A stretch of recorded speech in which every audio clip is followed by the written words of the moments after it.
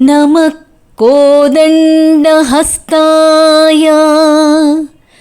सन्धीकृतशराय च दण्डिताखिलदैत्याय रामाय पन्निवारणे आपदामपहर्तारं दातारं सर्वसम्पदां लोकाभिरामं श्रीरामं भूयो भूयो नमाम्यहम् भूयो भूयो నమామ్యహం. ఇహ రామలక్ష్మణులు ప్రాతకాలంలోనే నిద్రలేచారు. ఆహ్నికాలన్నీ పూర్తి చేసుకుని విశ్వామిత్రుని మునులందరినీ కూడా సేవించారు. నదులలో శ్రేష్టమైన గంగానదిని దాటారు. విశాల నగరాన్ని దర్శించారు. రాముని కోరిక మీద విశాలపుర వృత్తాంతాన్ని విశ్వామిత్రుడు వినిపించాడు. దేవేంద్రుని కథను వివరించాడు. క్షీరసాగర మథనం గురించి చెప్పాడు. అమృతం ఆవిర్భావము ఎన్నో విషయాలని ఇలా కళ్ళకు కట్టినట్లుగా వివరిస్తూ వచ్చాడు విశ్వామిత్రుడు. మార్గంలో ఇలాగా గురువు దగ్గర నుంచి మనం జీవన ప్రయాణమంతా ఎన్నో నేర్చుకుంటూ ఆధ్యాత్మిక మార్గంలో నడుస్తూ గురువుల బోధలు వింటూ ప్రయాణం కొనసాగించాలి అనేదానికే ఈ విషయాన్ని ఇక్కడ మనవి చేసుకుంటున్నాను. అలా మార్గంలో ప్రయాణిస్తూ జనక మహారాజు రాజధాని అయిన మిథిలా నగరపు పొలిమేరలను చేరుకునేసరికి శ్రీరాముడికి అక్కడ ఒక పాడుబడిన ఆశ్రమం ఒకటి కనిపించింది. దాని గురించి విశ్వామిత్రుడిని ప్రశ్నించాడు. ఆయన విశ్వామిత్రుడు ఇలా వివరిస్తున్నాడు. ఏమంటున్నాడు? ఈ ఆశ్రమం ఒకప్పుడు గౌతమ ఋషికి చెందిందయ్యా. ఇక్కడ ఆయన తన పత్ని అయిన అహల్యతో కలిసి తపస్సాధనలు ఆచరిస్తూ ఉండేవాళ్ళు.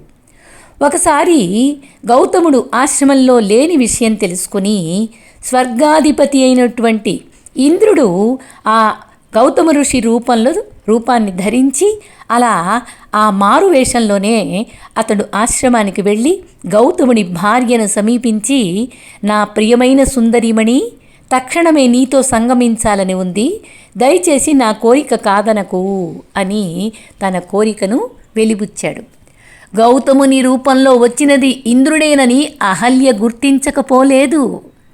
కానీ ఆమె కూడా అతని ఆలింగనం కోసం ఆతురత పడుతున్నది అనిపించటానికి ఇదొక తార్కాణం.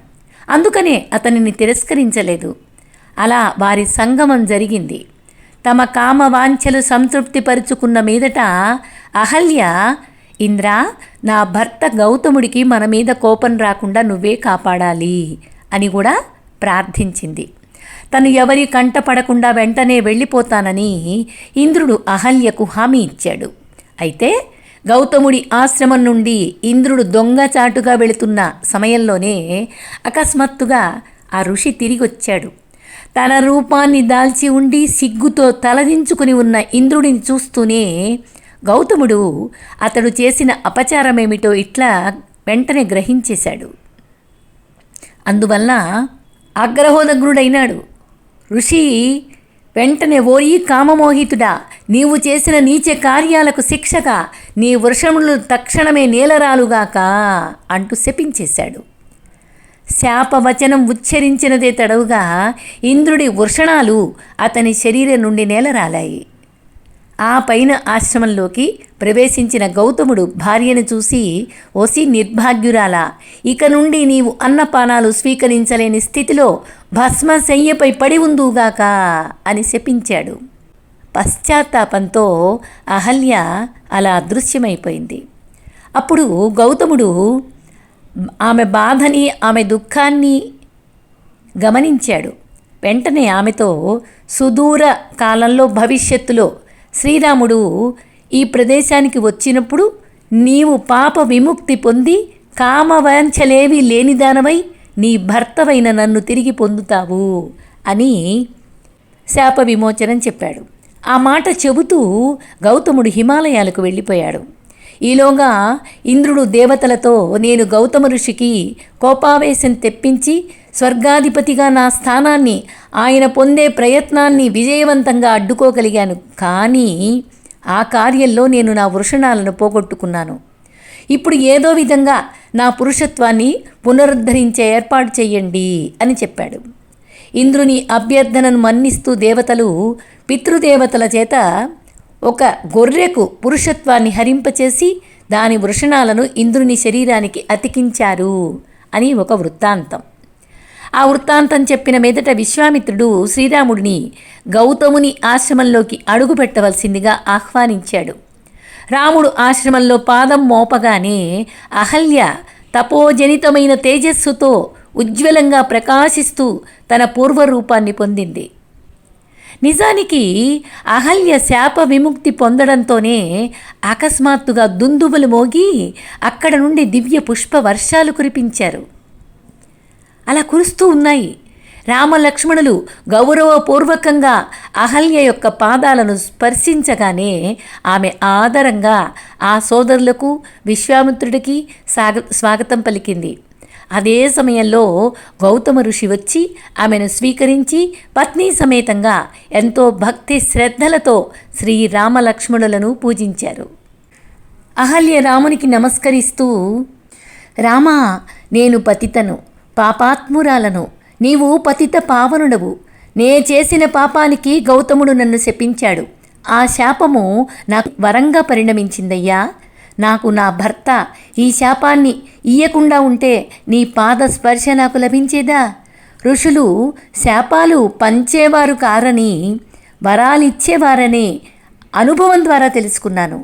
పరమశివుడు శిరస్సున ధరించిన పరమ పావని గంగ ఏ పాదపద్మముల నుండి ఆవిర్భవించిందో అట్లాంటి చరణ కమలములను సేవించే భాగ్యం నాకు కలిగింది. తండ్రి, నాకు ఏ కోరిక లేదు, నాకు ఏ వరము అవసరం లేదు. సదా నీ చరణ పంకజమైన భ్రమణమై తిరుగుతున్నట్లుగా నన్ను అనుగ్రహించు అని అహల్య భక్తిపూర్వకంగా శ్రీరామచంద్రుణ్ణి ప్రార్థించింది. రామ లక్ష్మణ విశ్వామిత్రాదులు మిథిలకు ప్రయాణమయ్యారు. జనకుని యజ్ఞశాలను చేరారు. అక్కడ ఏర్పాట్లను చూశాడు రాముడు. జనకుణ్ణి శ్లాఘించాడు. జనకుడు యజ్ఞమును అప్పటికి నిర్వహిస్తూ ఉన్నాడు. దేశ దేశాల నుంచి వేదాంగములయందు నిష్ణాతులైనటువంటి బ్రాహ్మణులు వేల కొలదిగా వస్తున్నారు. వందల శకటాలలో మహర్షులు వచ్చి ఉన్నారు.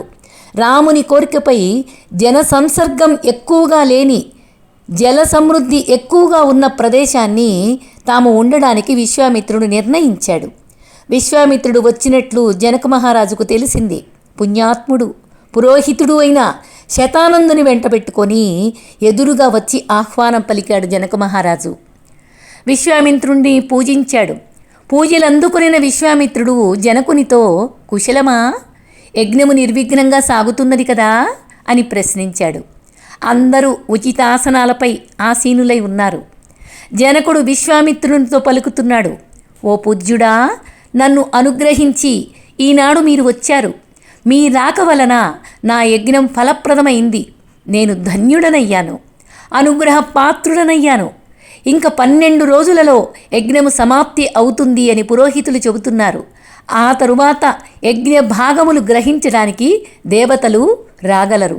పూజ్యుడా, మీతో పాటు వచ్చిన ఈ ఇరువురు కుమారులెవరు? దేవతలతో సమానంగా కనిపిస్తున్నారే. సూర్య చంద్రుల వలె యజ్ఞస్థలిలో ప్రకాశిస్తున్నారే. ధనుర్బాణాలు ధరించి గొప్ప వీరుల వలె గోచరిస్తున్నారే. వీరిని కనిన భాగ్యవంతులెవరయ్యా? ఇక్కడికి ఎందుకు వచ్చారు? వీరిరువురు ఒకే విధంగా తెలుస్తూ ఉన్నారు. వీరిని గూర్చి నాకు చెప్పండి అని జనక మహారాజు విశ్వామిత్రుణ్ణి ప్రశ్నించాడు. వారిరువురు దశరథుని కుమారులని విశ్వామిత్రుడు జనకునికి చెప్పాడు. అంతేకాదు, సిద్ధాశ్రమ ప్రాంతంలో రాక్షసులను వధించడం, యాగాన్ని సంరక్షించడం, అహల్యను ఉద్ధరించడం అయిన ముఖ్య విషయాలన్నీ వివరంగా చెప్పి ప్రస్తుతం శివధనుస్సును పరీక్షించటానికి మిథిలకు వచ్చారని కూడా తెలియచేశాడు. విశ్వామిత్రుని వచనాలను ఆలకించి శతానందుడు పులకితగాత్రుడయ్యాడు. శతానందుడు గౌతమ మహర్షి జ్యేష్ఠపుత్రుడు, గొప్ప తపస్వి, బుద్ధిమంతుడు.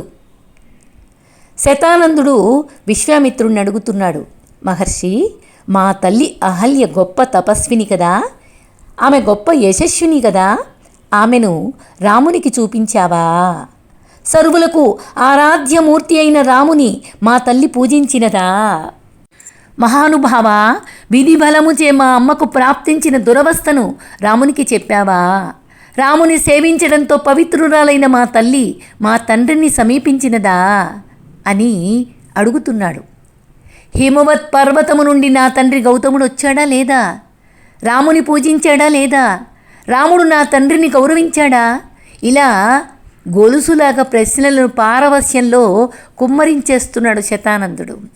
శతానంద, ఓ ముని శ్రేష్ఠ, చేయవలసిందంతా చక్కగా చేశానయ్యా, ఏదీ విడిచిపెట్టలేదు.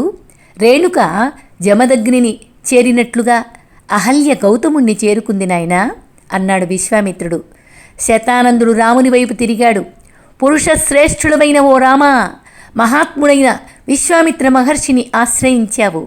మా అదృష్టం వల్ల ఇక్కడికొచ్చావు. నీకు స్వాగతం. రామా, విశ్వామిత్రుడు సామాన్యుడు కాదు. తపస్సు చేసి బ్రహ్మర్షిగా మారాడు. అసమాన ప్రభావం కలిగినటువంటి వాడు. అట్లాంటి విశ్వామిత్రుని రక్షకుడుగా పొందిన నీవు ధన్యుడవయ్యా. నీకంటే భాగ్యశాలురు ఏ లోకంలోనూ ఇంక కనిపించరు. రామా, విశ్వామిత్రుని శక్తి ఎంతటిదో అతని చరిత్ర కూడా అంత గొప్పది. అవి పరస్పరము పోటీ పడుతూ ఉంటాయి. కర్ణపేయమైన ఆ మహర్షి చరిత్రను చెబుతాను, శ్రద్ధగా విను అంటూ తన తల్లిదండ్రుల ఉద్ధరణకు కారణమైన విశ్వామిత్రుని చరిత్రను శతానందుడు శ్రీరామచంద్రునికి చెప్తున్నాడు. శ్రద్ధగా విందాం. కళ్ళకు కట్టినట్లుగా రామాయణాన్ని మనస్సులో హృదయంలో హత్తుకునే విధంగా చెవులారా విందాం, కనులారా దర్శిద్దాం, మనసారా గ్రోలుదాం. విశ్వామిత్రుడు ధర్మాత్ముడు, ధర్మవేత్త, ప్రజల మేలు కోరేవాడు. అందుకే సర్వ విద్యా పారంగతుడు విశ్వామిత్రుడయ్యాడు. విశ్వానికే మిత్రుడాయన. చాలా కాలం రాజుగా ఉండి రాజ్య పరిపాలన చేశాడు. ఒకప్పుడు తేజోవంతుడైన విశ్వామిత్రుడు ఒక అక్షౌహిణి సైన్యాన్ని వెంటబెట్టుకొని బయలుదేరి భూమి అంతా తిరిగాడు. నగరాలు, రాష్ట్రాలు, నదీ నదాలు, గిరులు, ఆశ్రమాలు చూసుకుంటూ వశిష్ఠుని ఆశ్రమానికి వచ్చాడు. వశిష్ఠుని ఆశ్రమం సామాన్యమైంది కాదు. అది మరొక బ్రహ్మలోకం లాంటిది. అనేక విధాలైన వృక్షాలతో సమృద్ధిగా ఉంటుంది. గంధర్వులు, కిన్నెరాదులు ఉంటారు ఆశ్రమంలో. అక్కడ సిద్ధికై తపస్సు చేసేవాళ్ళు, సిద్ధి పొంది తరించిన వాళ్ళు, జితేంద్రియులు, రాగద్వేషాలను జయించిన వాళ్ళు ఎందరో ఉంటారు. విశ్వామిత్రుడు మునిశ్రేష్ఠుడైన వశిష్ఠునికి నమస్కరించాడు. వశిష్ఠుడు కూడా విశ్వామిత్రుని సాదరంగా ఆహ్వానించాడు. ఫల పుష్పాదులు సమర్పించాడు. విశ్వామిత్రుడు వశిష్ఠుల కుశలం అడిగాడు. ప్రజల సౌఖ్యాన్ని, పరిపాలన గూర్చి వశిష్ఠుడు అడిగి తెలుసుకున్నాడు. అలా పరస్పరము సంభాషించుకుంటూ చాలా కాలం గడిపారు వశిష్ఠ విశ్వామిత్రుదులు. విశ్వామిత్ర, నీకు నీ పరివారానికి ఆతిథ్యం ఇవ్వవల్లని సంకల్పించాను. స్వీకరించి మమ్మల్ని తృప్తిపరచు. నీవా మహారాజువి, ఉత్తమమైన అతిథివి. నిన్ను సత్కరించడం అనేది మా ధర్మం అని వశిష్ఠుడు ఎంతో వినయంగా పలికాడు. పూజ్యుడా, హాయిని గొలుపు నీ మాటలతో మా కడుపు నిండిందయ్యా. మీ ఆశ్రమంలో లభించే ఫలమూలాదులను, జలములను ఇచ్చి మమ్మల్ని గౌరవించావు. మాకది చాలు. నేను వెళ్తాను. మాపై మీ ప్రేమను ఇలాగే ఉంచు అని బాగా వినయంగా చెప్పాడు విశ్వామిత్రుడు. ధర్మాత్ముడు, ఉదారుడు అయినటువంటి వశిష్ఠుడు విశ్వామిత్రుడు ఎంత చెప్పినా వినకుండా ఆతిథ్యం స్వీకరించమని బలవంత పెట్టాడు. అక్షౌహిణి సైన్యానికి విందు చేయటం మాటలా? అందులోనూ ఇది ఆశ్రమం. పైగా అతిథి విశ్వామిత్ర మహారాజు. వశిష్ఠునికి మోయలేని భారమని భావించిన విశ్వామిత్రుడు వద్దని వారించాడు. అయినా వశిష్ఠుడు వినలేదు. చివరికి మీ ఇష్టం అన్నాడు. మీకు ఏది ఇష్టమో అలాగే చేయండి అన్నాడు విశ్వామిత్రుడు. వశిష్ఠుడు సంతోషించాడు. ఆయన ఆశ్రమంలో శబల అనే కామధేను ఉంది. వశిష్ఠుడు శబలను పిలిపించాడు. శబలా, నేను ఈ విశ్వామిత్రునికి, ఆయన పరివారానికి ఆతిథ్యం ఇవ్వాలని సంకల్పించాను. భోజ్య, చోష్య, లేహ్యాదులతో కూడిన రుచికరమైన భోజనాన్ని వారి వారి ఇష్టానుసారంగా అందించు అన్నాడు వశిష్ఠుడు. చూస్తూ ఉండగానే క్షణకాలంలో శబల ఆహార పదార్థాలను సంకల్పమాత్రంతో సమకూర్చింది. రకరకాల పిండి వంటలు, మధుర పానీయాలు, తేనెలు, చెరుకు గడలు, పర్వతాల వలె కుప్పలుగా పడి ఉన్న వేడివేడి అన్న రాసులు, తీపి పదార్థాలు, ఇలాగా పాలు, పెరుగు, ఘృతము క్షణంలో సృష్టించింది. పాత్రలన్నీ నిండి శోభిస్తూ ఉన్నాయి. అందరూ తృప్తిగా భోంచేశారు. వశిష్ఠుని అందరూ శ్లాఘించారు. రాజర్షి అయిన విశ్వామిత్రుడు వశిష్ఠుణ్ణి సమీపించి ఒక్క మాట చెప్పాడు. ఏమని? వాక్య విశారదా వశిష్ఠ, నీ ఆతిథ్యంతో నేను తృప్తి చెందానయ్యా. నా ఆశను కూడా తీర్చి నాకు సంతృప్తిని కలిగించు అన్నాడు. రత్నములు రాజుల సొమ్ము కదా. నీ వద్ద ఉన్న శబల అనే ధేనువు గొప్ప అమూల్యమైన రత్నం లాంటిది కదా. అది నా దగ్గర ఉండాల్సింది కదా. దాన్ని నాకు ఇచ్చేసేయి. శబలను ఉచితంగా నేనేమి తీసుకోనులే, దానికి బదులుగా నీకు 1,00,000 గోవులు ఇస్తాను అన్నాడు వశిష్ఠుడితో విశ్వామిత్రుడు. విశ్వామిత్రుని మాటలను ఆలకించినటువంటి వశిష్ఠుడు, విశ్వామిత్ర, నీవు 1,00,000 ఆవులిచ్చినా, కొన్ని 100 కోట్ల గోవులిచ్చినా, వెండి రాసులిచ్చినా ఈ శబలని మాత్రం నీకివ్వలేను. ఈ ధేనువు నాకు దూరం కాకూడదు. ఇది నా దగ్గర మాత్రమే ఉండాలి. విశ్వామిత్ర, ఈ ధేనువుకు నాకు ఉన్న సంబంధం విడదీయరానిది. కీర్తిమంతుని విడచి కీర్తి ఎలా దూరంగా వెళ్ళలేదో అలాగే వశిష్ఠుని దూరంగా శబల వెళ్ళలేదు. రాజా, ఈ శబల నా సర్వస్వము. నీకు చెప్పినవియే కాకుండా అనేకములైన ఇతర కారణాల వలన కూడా నేను శబలను నీకివ్వలేను అని వశిష్ఠుడు వినమ్రుడై పలికాడు. వశిష్ఠుని మాటలు విశ్వామిత్రునికి రుచించలేదు. ఏ విధంగానైనా శబలను గ్రహించాలనే పట్టుదల విశ్వామిత్రునిలో క్షణక్షణ ప్రవర్ధమానమవుతూ ఉంది. ఆపుకోలేని ఆవేశం కట్టలు తెంచుకొని ప్రవహించసాగింది. వశిష్ఠుని మెప్పించి శబలను తన వెంట తీసుకుపోవాలని దృఢ సంకల్పంతో ఉన్న విశ్వామిత్రుడు తొందరపాటుతో ఇలా అన్నాడు. బ్రాహ్మణ శ్రేష్ఠుడా, వశిష్ఠుడా, రత్నాలు గాని బంగారం గాని నీవు కోరినంత ఇస్తాను. ఆ శబలను నాకివ్వు అనేశాడు. విశ్వామిత్ర, ఏది ఏమైనా శబలను ఇవ్వలేను. నాకు శబలే సర్వము. శబల లేకపోతే నా యజ్ఞ యాగాది కర్మలు కూడా కుంటుపడతాయి అని వశిష్ఠుడు చెప్తున్నాడు. విశ్వామిత్రునితో వెళ్ళడం శబలకు ఇష్టం లేదు. తనలో తాను దుఃఖిస్తూ శబల విలపిస్తూ ఉంది. ఆలోచించసాగింది. దుఃఖిస్తున్న నన్ను ఈ రాజభటులు బలవంతంగా తీసుకొని పోతున్నారు. మహాత్ముడైన వశిష్ఠుడు నన్ను త్యజించినట్లేనా? పవిత్రాత్ముడైన ఆ మహర్షికి నేను ఏమి అపరాధం చేశాను? నేను ఆయన భక్తురాలను కదా, ఇష్టురాలను కదా, పైగా నిరపరాధినే. ఇలా ఆలోచిస్తున్న శబల 100 కొలది రాజభటులను విదిలించుకొని వాయువేగంతో వశిష్ఠుని వద్దకు పరిగెత్తుకొని వచ్చింది. శబల ఏడుస్తూ వశిష్ఠుని ప్రశ్నించింది. బ్రహ్మర్షి, రాజభటులు నన్ను తీసుకొని పోతున్నారు. నీవు నన్ను వారికి ఇచ్చేశావా అని దుఃఖిస్తూ అడిగింది. శోకార్తురాలైన ధేనువును చూసి విచలిత మనస్కుడైన వశిష్ఠ మహర్షి, శబల, నీవు నాకు ఏ అపరాధము చేయలేదమ్మా. ఈ రాజు నిన్ను నా నుండి బలవంతంగా తీసుకొని పోతున్నాడు. నేను మహర్షిని, అతడా రాజు. అతని బలము ముందు నేను సమానుడను కాను గదా. అతనికి గొప్ప సైన్యముంది. నేను కేవలం సాధకుడిని, తపస్విని అని పలికాడు వశిష్ఠ మహర్షి. వశిష్ఠుని మాటల్ని ఆలకించినటువంటి శబల విశ్వామిత్రుని బలాన్ని ధిక్కరిస్తూ వశిష్ఠుని బలాన్ని ప్రశంసిస్తూ మాట్లాడసాగింది. ఓ ద్విజోత్తమ, క్షత్రియ బలం ఒక బలం కాదయ్యా. బ్రాహ్మణుడే బలవంతుడు. క్షత్రియ బలం కంటే బ్రాహ్మణ బలం దివ్యమైంది, అధికమైంది అని గొప్పగా చెబుతుంది. శబల అవల ఏమీ కాదు, అధిక ప్రజ్ఞావంతురాలు, ఆధ్యాత్మిక అవగాహన పూర్ణంగా ఉన్నటువంటి ధేనువు. అధర్మాన్ని ఎదిరించే శక్తి చాలా గొప్పగా ఉంది. అలాగే యుక్తి కూడా ఉంది. రాజభటులను విదిలించుకొని వచ్చి వశిష్ఠుణ్ణి చేరింది అంటే ఎంత గొప్ప శక్తి లేకపోతే అలా చేయగలదు.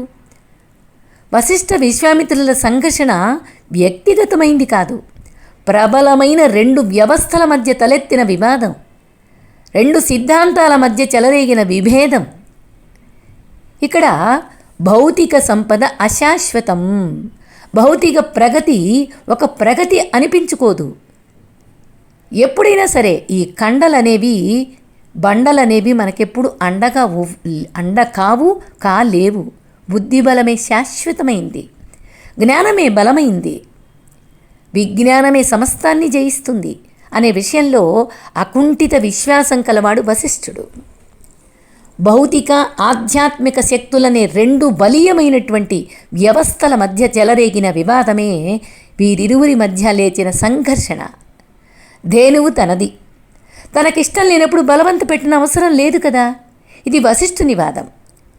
ఈ ప్రపంచంలో బలం కలవాడిదే రాజ్యం, శక్తి కలవాడిదే సమస్తం, తనకు సైన్యముంది, నేను రాజుని, ఇది నాదే అని బలవంతంగా తీసుకుపోతున్నాడు విశ్వామిత్రుడు. ఇది నిరంకుశత్వమైనటువంటి పరిపాలన కదా. ఈ విషయం అందరికీ తెలుస్తూనే ఉంది. శబల చెప్తుంది, మహర్షి నీ బలం అప్రమేయమయ్యా. విశ్వామిత్రుడు ఎంత గొప్పవాడైనా నీతో సమానుడు కాలేడు. మహాత్మా, నీది బ్రహ్మతేజం, నన్ను ఆజ్ఞాపించు, ఆ దురాత్ముని దర్పాన్ని ఖండిస్తాను అని శబల చెప్తూ ఉంది. శబల వచనాలలోని సత్యాన్ని వశిష్ఠుడు గ్రహించాడు. కర్తవ్యాన్ని నిర్ణయించి, శబల, శత్రు సైన్యాన్ని నశింపచేసే గొప్ప సైన్యాన్ని సృష్టించు అని చెప్పాడు. వశిష్ఠుడు అలా చెప్పగానే ధేనువు హంబా అని అరిచింది. ఆ అరుపుతో కూడా వేల మంది సైనికులు ఆవిర్భవించారు. విశ్వామిత్రుడు సైన్యములను సర్వనాశనం చేశారు. విశ్వామిత్రుడికి కోపం వచ్చింది. రథాన్నెక్కి అనేక ఆయుధాలతో శబల సైన్యాన్ని వధించేశాడు.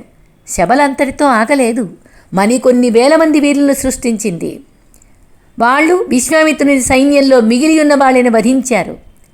విశ్వామిత్రుడు మహాస్త్రాలను ప్రయోగించాడు.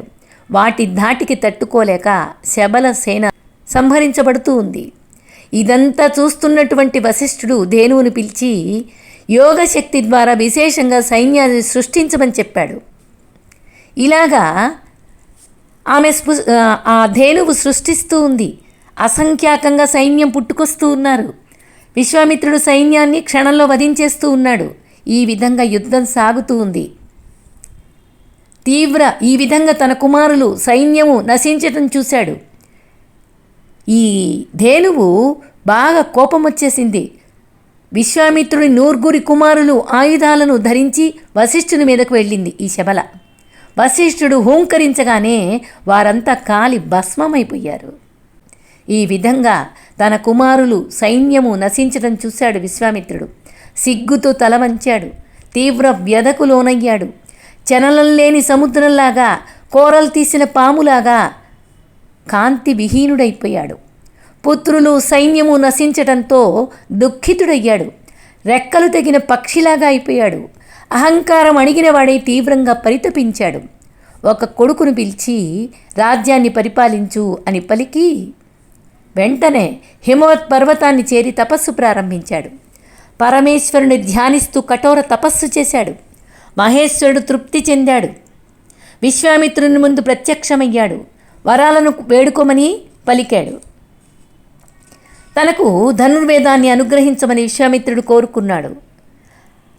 ఆ దేవ దానవ యక్ష రాక్షస గంధర్వులకు తెలిసిన అస్త్ర విద్యను రహస్యం లేకుండా అనుగ్రహించమని ప్రార్థన చేశాడు. అలాగే అని ఆశీర్వదించాడు మహేశ్వరుడు. అస్త్రాలతో పాటు విశ్వామిత్రులో దర్పం కూడా పెరిగింది. పున్నమి నాడు సాగరుడు ఉప్పొంగినట్లు ఉత్సాహం ఉప్పొంగగా వశిష్ఠుడు శూన్యమే ఇక అని భావించి విశ్వామిత్రుడు వశిష్ఠాశ్రమానికి వచ్చాడు. అస్త్ర ప్రయోగం చేశాడు. అస్త్ర ప్రభావానికి ఆశ్రమం దగ్ధమైపోయింది. అక్కడ ఉన్న మునులందరూ ఎటు పడితే అటు పారిపోయారు. మృగాలు, పక్షులు, వశిష్ఠుని శిష్యులు అందరూ పారిపోయారు. చూస్తూ ఉండగానే వశిష్ఠాశ్రమం శూన్యమైపోయింది. భయపడకండి, పారిపోకండి. సూర్యుడు మంచును నశింపచేయినట్లుగా నేను విశ్వామిత్రుని నశింపచేస్తాను అని వశిష్ఠుడు చెబుతున్నా వినకుండా అందరూ తలో దిక్కుకి పారిపోయారు. మరి ఇక వశిష్ఠుని బ్రహ్మదండం ఏం చేస్తుంది అనే దాని గురించి తర్వాత మరలా తెలుసుకుందాం. జై శ్రీరామ్.